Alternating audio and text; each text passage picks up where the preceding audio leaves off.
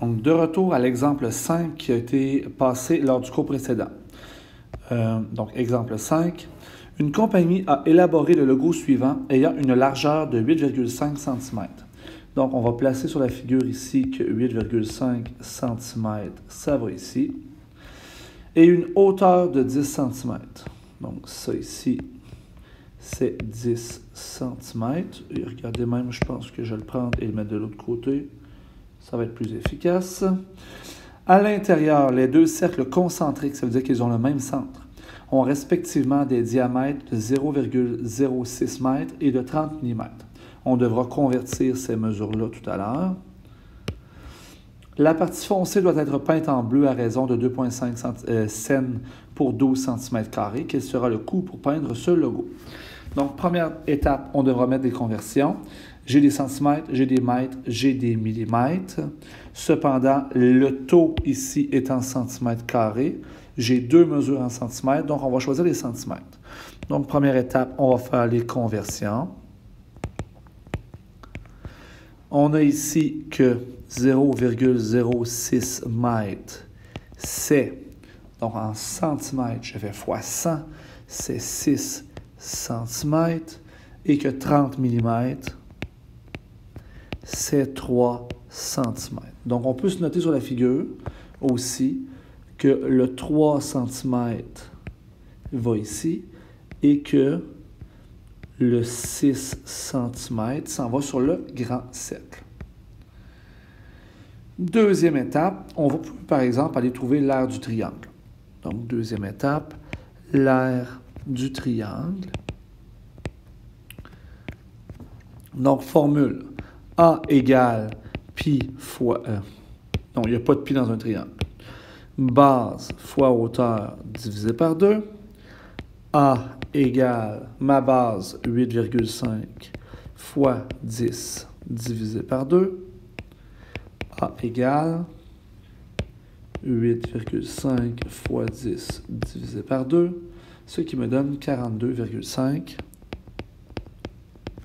cm². Troisième étape, on va aller calculer l'aire du grand cercle.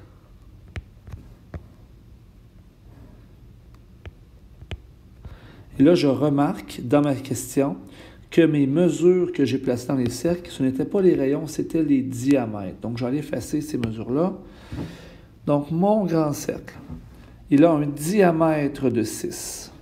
Donc, le rayon, c'est 6 divisé par 2, ce qui fait 3 cm. Et je calcule son aire. A égale pi fois R à la 2. A égale pi fois 3 à la 2. Et pi fois 3 à la 2, ça fait 28,27 cm². Je peux faire l'aire du petit cercle ou aire du petit disque si je voulais être plus précis. Donc, 4, l'aire du petit. On va écrire cercle parce que j'ai écrit cercle pour l'autre. Donc, le rayon, c'est 3 de diamètre divisé par 2, ce qui me donne 1,5 cm. Formule A égale pi fois le rayon à la 2. A égale pi fois 1,5 à la 2. Et celle-là, je ne le sais pas par cœur. Donc, pi fois 1,5 à la 2 me donne 7,07 cm². J'ai l'aire du triangle, j'ai l'aire du grand cercle, j'ai l'aire du petit cercle. Je peux trouver l'aire colorée. Donc, cinquième étape, l'aire colorée. Ça va être l'aire du triangle, 42,5, moins le grand cercle, 28,27, plus le petit cercle, 7,07.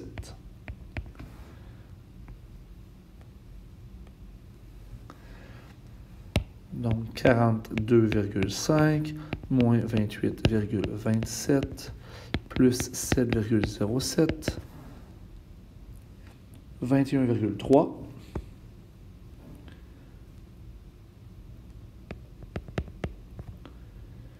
j'aime pas ça quand ça tombe en dessous comme ça. Oups. Donc j'ai 21,3, je vais m'organiser pour que ça rentre.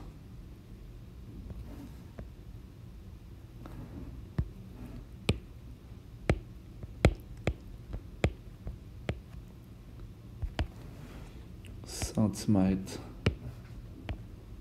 carré. Et il reste à trouver le coût. Sixième étape, le coût. On peut le faire avec un produit croisé ou en déterminant combien est-ce qu'il y a de 12 cm². Donc, en produit croisé, c'est 2,5 cents pour 12 cm². C'est combien de cents pour 21,3 cm². Produit croisé, 12 fois x, donc 12x égale 2,5 fois 21,3. Et on divise par 12 des deux côtés, ce qui me donne un coût qui vaut 2,5 fois 21,3 divisé par 12. 2,5 fois 21,3 divisé par 12. Ce qui me donne, s'il y avait une virgule ici,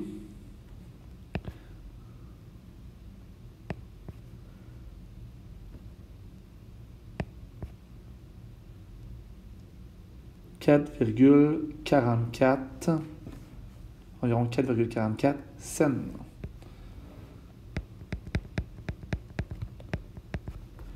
Donc, le coût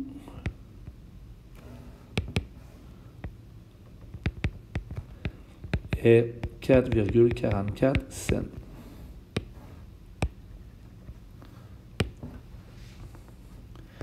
Et on s'en va 2 pages plus loin à l'exemple 10. Voici deux disques concentriques, donc qui ont le même centre. Le grand disque possède un rayon 3 fois plus grand que le petit disque. Quelle est l'aire de la région colorée si le petit disque a une aire de 100 cm²? Donc, on m'a dit que le passage entre les deux, c'est que le rayon du grand est 3 fois le rayon du petit. Donc, ma première étape, ça va être le rayon du petit disque. Ma formule A égale pi fois rayon au carré. Pourquoi je sais que cette formule-là? Parce que je connais l'aire. Donc, j'utilise la formule de l'aire. Ensuite, je sais que mon aire, c'est 100. Donc, 100 égale pi fois le rayon au carré. Je divise par pi de chaque côté pour enlever le pi. Il va me rester rayon au carré. 100 divisé par pi va me donner 31,83. Idéalement, on n'arrondit pas. Donc, 31,83. Et pour enlever mon exposant 2, je dois faire la racine carrée. Le rayon, c'est la racine carrée de 31,83. Donc, mon rayon, la racine carrée de 31,83 me donne environ 5,64. Ce sont des centimètres. Donc, deuxième étape, le rayon du grand disque.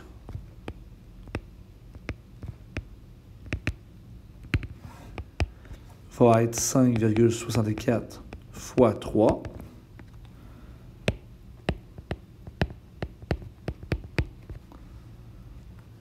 Ce qui va me donner 16,92 cm. Et avec cette mesure-là, je peux trouver l'aire du grand disque.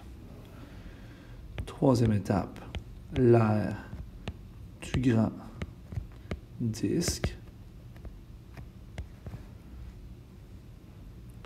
A égale pi fois rayon au carré. A égale pi fois 16,92 au carré. A est donc égal à pi fois 16,92 à la 2. 899,40. 899,40 cm². Donc, quatrième étape, on va avoir l'air coloré.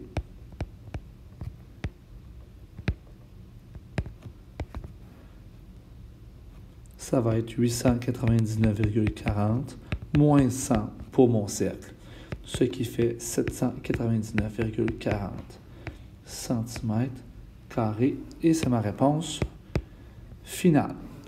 Vous remarquerez ici que la valeur 899,40 est excessivement proche de 900.